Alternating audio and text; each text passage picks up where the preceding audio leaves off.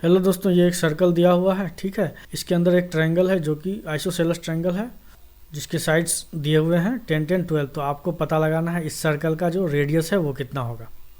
इस point A से BC line पर एक परपेंडिकुलर डालेंगे, का नाम डी दे रहे हैं। ये जो परपेंडिकुलर है बीसी लाइन को दो बराबर भागों में बांटेगा।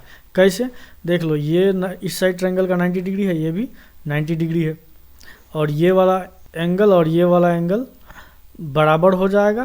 क्यों? क्योंकि दोनों साइड जो है ये 10 10 है।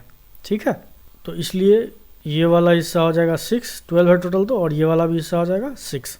अब पाइथागोरस का यूज़ करके हम लोग ये जो AD है इसकी वैल्यू निकाल लेंगे। तो AD की वैल्यू हो जाएगी आपका 8। अब आप एक चीज़ देखो, जब कोई लाइन किसी कोड पर परपेंडिकुलर होती है और उस कोड को वह लाइन जो है दो बराबर भागों में बांट देती है, तो इसका मतलब ये हुआ कि वो जो लाइन है AD वो सर्कल के सेंटर से होकर गुजरेगी। मतलब इस सर्कल का सेंटर कहीं ना कहीं यहाँ इधर होगा। तो एक काम करेंगे, अब ये जो AD है इसको बढ़ाते हैं दूसरे साइड एक पॉइंट E तक यहाँ। अब जब हम ये ADE लाइन है, यानी कि AE फाइनल में ये क्या है, व्यास है, डाया है, ADE है ना, ये क्या है, डायामीटर है। AD बेसिकली किससे बना है, AD प्लस DE। तो AD का तो हमें पता है कि 8 है, खाली हमें क्या पता लगाना है, DE।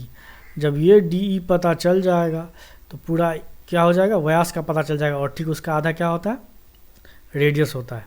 इंटरसेक्शन कोड थ्योरम के अकॉर्डिंग, इंटरसेक्शन कोड थ्योरम के अकॉर्डिंग किसी सर्कल में दो कोड एक दूसरे को जब काट रहे होते हैं तो उनकी जो लंबाई होती है, जैसे A into B is equal to क्या हो जाएगा, C इंटू डी। अब इस सर्कल में हम लोग AD into DE is equal to BD into DC करेंगे। ठीक, तो AD की वैल्यू तो यहाँ कितना है, 8 है, तो ये 8 लिख देंगे इंटू DE, और BD की वैल्यू कितना है, 6, और DC की भी वैल्यू कितना है, 6। तो ये कितना हो जाएगा, 36, 8 DE।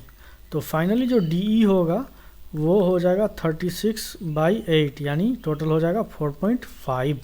अब आप देखो, ये 8 है और DE है 4.5, तो कितना हो जाएगा, 12.5। ये तो हो गया डायामीटर। ठीक इसका आधा ही रेडियस होगा। ठीक है, कितना हो जाएगा, 12.5 भागा 2, कितना हो जा रहा है, 6.25। तो ये जो रेडियस है ये हो जाएगा 6.25। यही आंसर होगा। Thank you.